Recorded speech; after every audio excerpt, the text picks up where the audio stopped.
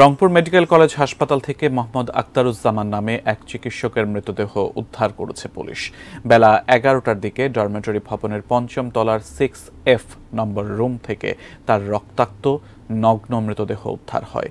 Police জানায়, সকালে room থেকে দুর্গন্ধ ও দরজার নিচ দিয়ে রক্ত বের হতে দেখে থানায় খবর দেওয়া হয়। ম্যাজিস্ট্রেট সহ পুলিশ এসে দরজা ভেঙে ভেতরে ঢুকে ডাক্তার আখতারুজ্জামানের মৃতদেহ মেঝেতে পড়ে থাকতে দেখেন।